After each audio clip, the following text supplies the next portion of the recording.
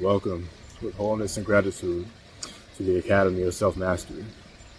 This is where I teach on all things self-mastery, share my life experience, the wisdom, knowledge, and everything, information, and how that applies to basketball and just life in general. So self-mastery, basketball, life in general, we have it all covered here. And so in this video, we're going to be talking about how meditation plays directly into your sports performance. In this case, basketball, your performance on the court. So meditation, so first off, starting off with what is meditation? Meditation is simply being present, being fully focused, being present on what is going on within yourself in this present moment. So being here in the now. So what I'm doing right now, I'm being present, being fully present and focused on what I'm doing in this moment. This is an active meditation. This is an active meditation. And so this is why when we're, in games or in practices or whatever it may be, if we're in that zone, we're in the zone. Like if you got into a zone where you're not even thinking about, what's going on in the crowd or what's going on around you, you just focus and you're in the moment. You're very much so much in the moment that you can kind of see what's going to happen before it even happens. That's being in the zone, aka being in an active state of meditation.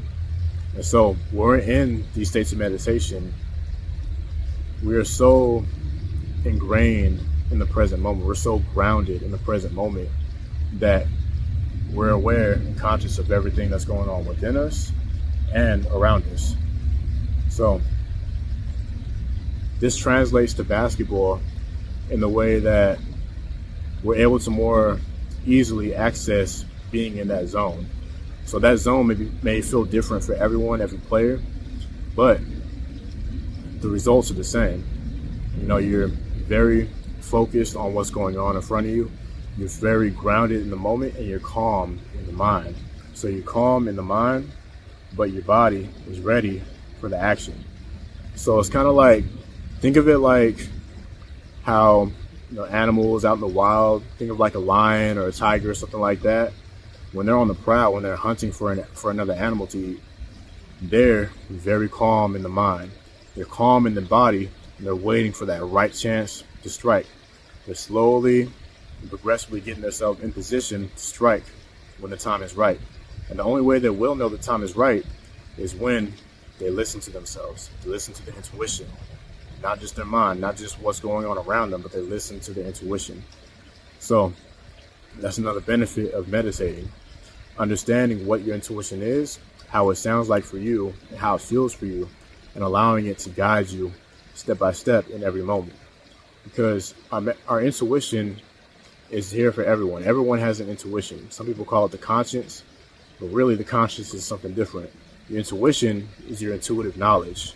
Your intuition is a knowledge that's already within you, that you know things without even really knowing how you know them. So during meditation, we breathe. Our breath is what allows our minds to be calm and steady. So if we're calm and steady in the mind, our body will follow. And they have a saying where cooler heads always prevail, meaning that the person that is calmest in the mind in the heat of battle, they will always prevail, because the person that's, hyper fixated on certain things, or they're paying attention to multiple different things at once, their attention is going everywhere, they can't focus on one thing, they're going to miss out on everything that's really going on around them. They're trying to keep up with everything, but being in that state of stillness is what allows you to actually be conscious and aware of everything that's going on around you. Like, for example, I'm in this beautiful, serene environment right now, and if I just close my eyes, go into a meditative state, I can hear the water flowing behind me. I can feel, the rock that I'm sitting on. I can hear a plane flying up above, however many miles away. I can hear some people walking, hiking, biking out in the distance. I can hear birds calling. And if I'm really calm in the mind, I can hear dragonflies flying around me. And again, I hear people talking up there. So if I'm still, I can feel everything that's going on within my body. I can feel that I'm actually getting a little bit tired of sitting on this rock. I can feel that my feet hurt a little bit from walking and being on my feet almost all day today. I can feel the sunshine on my face and a little bit on my legs, a little bit on my hands. I feel this warmth. I feel the wind, the gentle breeze flowing across my body. I can feel everything and notice and observe everything just simply by being still and being the observer.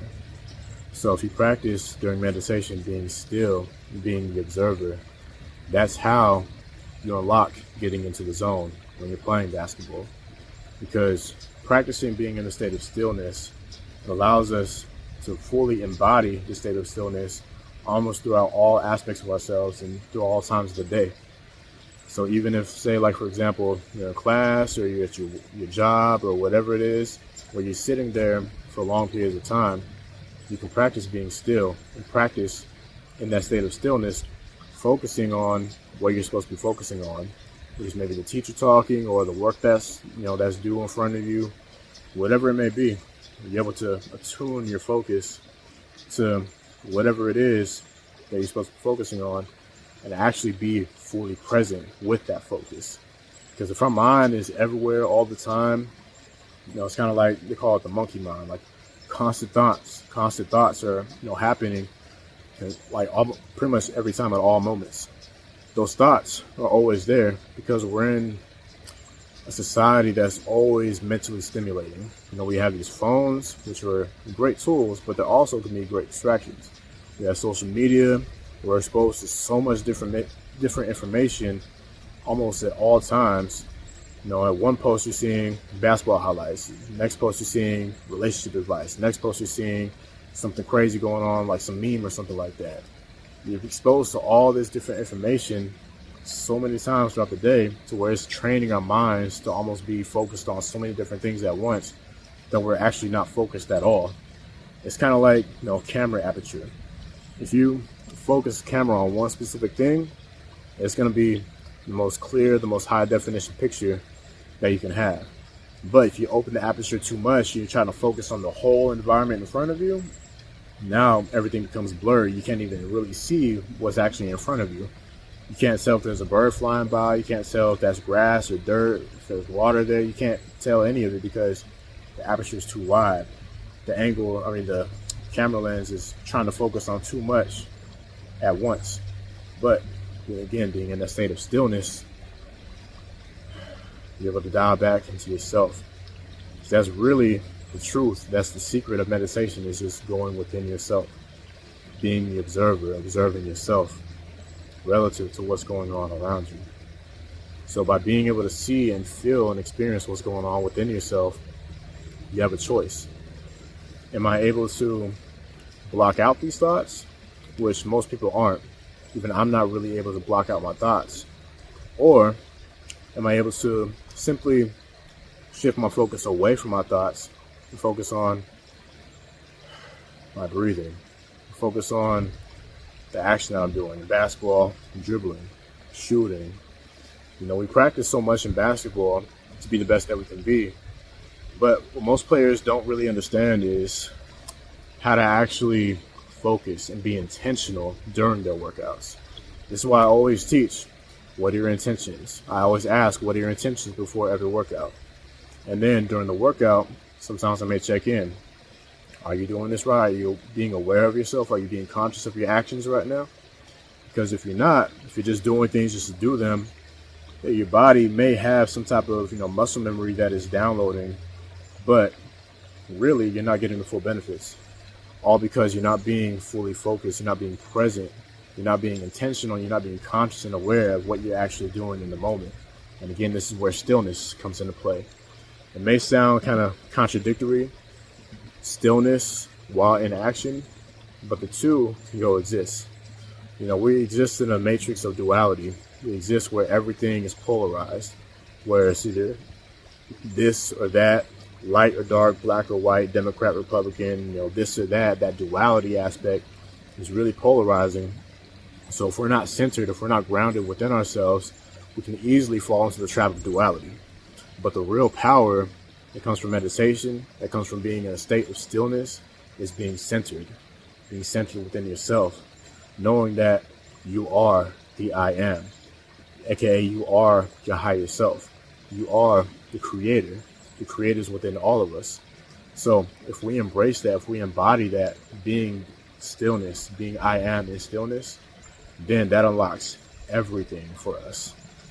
This is why I teach meditation before every training session. This is why I teach meditation in general, because it allows us to go within ourselves to see what really we are, what really makes us us. Because if we're able to go to that deep of a level within us, then that allows us to be an even better basketball player on the court, a better athlete in general. Because if we understand what we are, what we like, what we don't like, and it goes way beyond that. But if we understand, our real internal programming, what makes us us, then you're able to really understand why you are the way that you are. So then you're able to either change certain programming, change certain mindsets and mentalities, or you're able to embrace certain good, positive mindsets and mentalities that you already have, really capitalize on those, grow with those, so that you can then faster and more intentionally become the best player that you can be, or the best human being that you can be in this life. So I hope you guys are seeing that meditation, not just the act of meditation, but the benefits that meditation offers directly translates to the performance on the court. Because it's not just on the basketball court, it's also in the weight room. It's also how you show up, what your mentality is like when you show up. Are you showing up for yourself?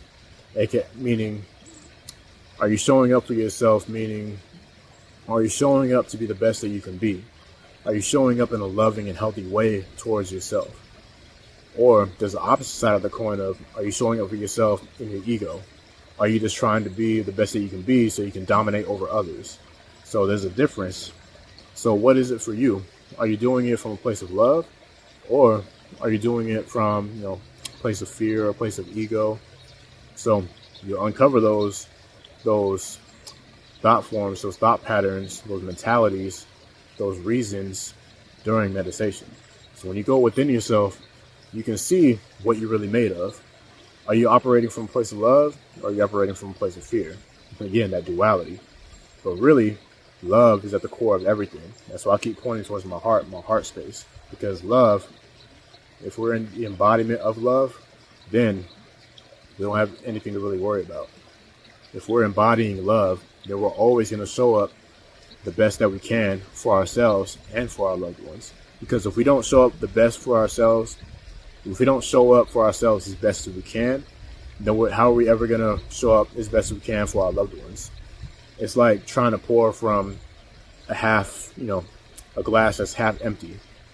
If you're trying to pour from a glass that's half empty, you're going to exhaust yourself, and they're not going to get everything that they need. But if you're full of yourself in a good sense, if you're conscious and aware of yourself, if you're giving to yourself, if you're recharging yourself in ways that are loving and wholesome, then it's like you're sharing that love. Your cup is overflowing with love. At that point, you have excess to share. You're not just pouring from a near empty cup or even from a full cup. You're pouring from an overflow of love that you have for yourself. All because you're giving that to yourself. You're showing up for yourself first and foremost. So now the love that you have for yourself, now you have more than enough to spare for all those around you. And if you're showing up in a healthy way for those loved ones around you, then your source of love is never going to run out, because you are your source of love. You're always giving back to yourself. You don't need to receive love all the time from every single person in your life in order to actually give love. It's not transactional. That's how we access unconditional love. And if you're doing that, translating that to basketball, that's your teammates right there. Your loved ones can be your teammates. If you're showing up as best as you can for yourself, okay, you're putting the best work in that you can for yourself on the court. You're being intentional. You're being direct with your workouts. You're being the best player that you can for yourself. That's how you can then show up for the best in the best way for your teammates. Say, like, you're leading by example.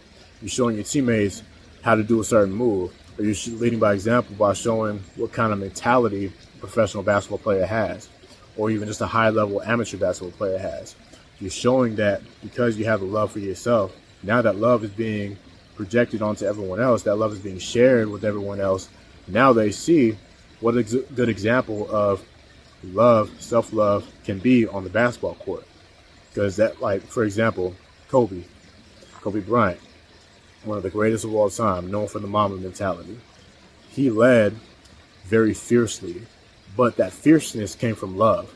Because if he didn't love himself and he didn't love his teammates, he wouldn't want the best from them. He would just try to, he would just coddle them, kind of do just, not the bare minimum, but not do what is necessary to actually help them achieve what is best for them to achieve, to get the best out of them.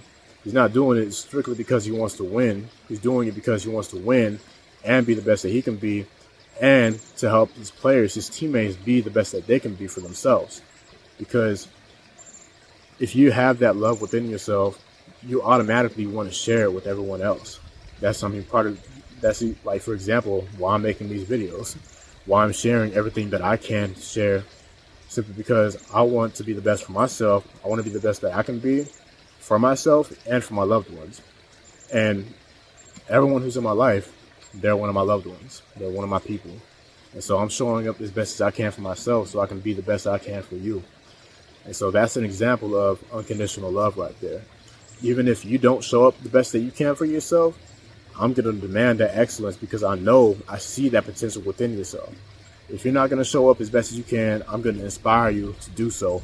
Maybe not in a direct way, maybe not in an indirect way, either or. So I'm always going to be the best that I can because I love myself so much that I want to be the best that I can for everyone else as well. And so that's how you lead. That's a real key to leadership right there. How are you showing up for yourself? Because how you show up for yourself reflects how you show up for everyone else around you. So going back to meditation, if we understand the principles of meditation, which is being still, being in that state of stillness, being the observer. And what I mean by being the observer is seeing everything around you without judgment. Judging everything around you, that's being analytical. You're still observing, but you're observing to come to some sort of conclusion. By being just simply the observer, you're observing to understand. You're observing to show love, to receive love. You're observing to be still so that you can receive what is meant for you to receive. Because we can only receive things in a state of stillness. If we're always on the go, if I'm doing things like a million different things at once, how are you going to receive anything? Yeah, you can still maybe catch a few things on the go, but you're never going to receive everything that's really meant for you unless you stop into that state of stillness. And that's when you receive everything you need to receive. Then, let's say, for example, I'm meditating. I want to answer to a challenge that I have. Challenge being maybe how can I be a better basketball player? Or how can I make it to the next level? What do I need to do in order to make it to the next level? These types of questions, right? So if you're anything like me where you always seek answers within yourself, because everyone has the answers within themselves. And if, let's say, for example, if you don't know that the answers are within yourself, your intuition is going to guide you to people who do have the answers to your questions. And then all they're doing is really just highlighting what's already available within yourself by telling you their perspective of the answer. Because all we're really doing by, sharing knowledge and teaching and everything, providing guidance, is just guiding you back into yourself. Everything is already within you.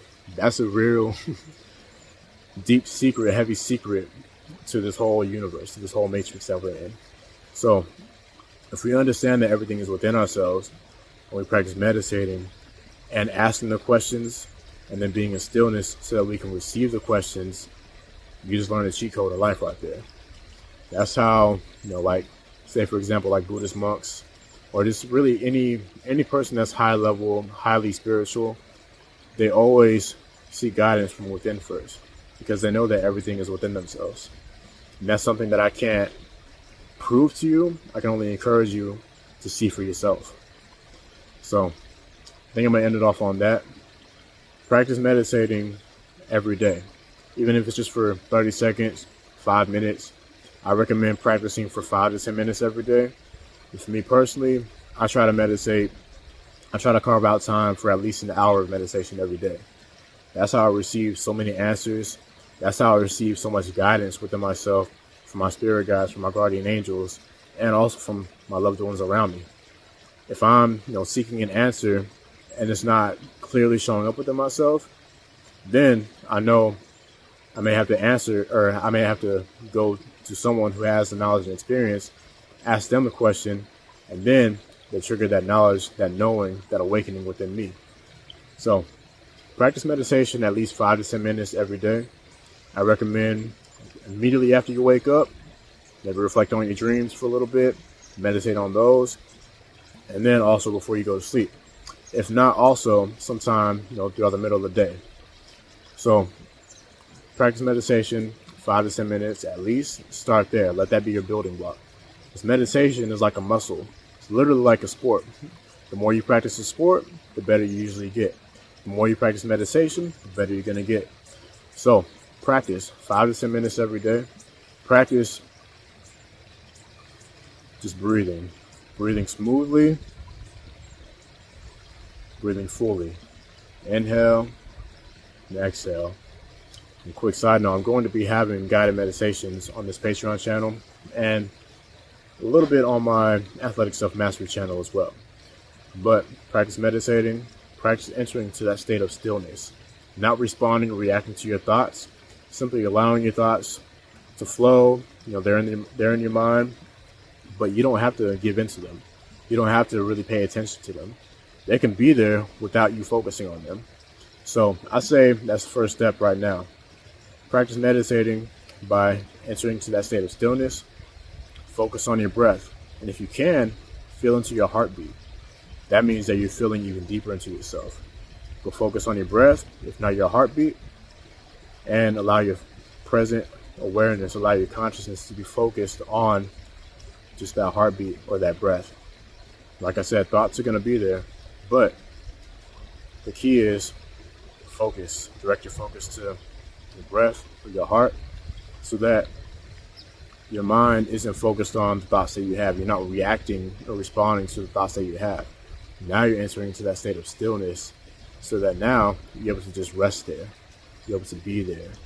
And keyword, just be. You don't have to be anything. We can just be. So I'm leaving it off there. That's your homework. That's your practice that I want you to develop every single day. And let me know how long you're going for without responding to your thoughts. Time yourself. Set a stopwatch. Set a timer or a stopwatch. Try to hit that 5-minute mark. Try to hit that 10-minute mark. So understand that you can go for as long as you want to go. What matters is, are you going to respond and react to your thoughts? Are you going to give in to them? Or every time you feel yourself getting pulled away by your thoughts, how well can you redirect yourself back to your breath, back to your heartbeat? So practice that. Practice focusing and being centered in your breath and on your heart. Just breathe. Just be still. Practice sitting in that state. You don't always have to be doing something. You can just be in that state of stillness. So practice that 5 to 10 minutes a day, and take notice of how well your focus improves, your ability to focus improves, your level of focus improves. So if you're able to concentrate on something for maybe a minute at a time, after practice meditating for 5 to 10 minutes a day, now maybe you're able to practice, or maybe now you're able to concentrate on whatever it is that you're concentrating on for now, maybe 2 or 3 minutes. So you'll see incremental growth like that. And then as you get to higher levels of meditation, you get to, longer and longer meditations, now you're able to concentrate on something for, 5 to 10 minutes, maybe even an hour or something like that. So that is your practice. Practice being still. Practice being one with your breath. Practice being one with your heart. That'll lead you to where you need to go within yourself. So just practice being in that state of stillness. And yeah, thank you for watching. Yeah, let me know if you have any questions, if you have any concerns or anything, just let me know. Leave a comment on this video.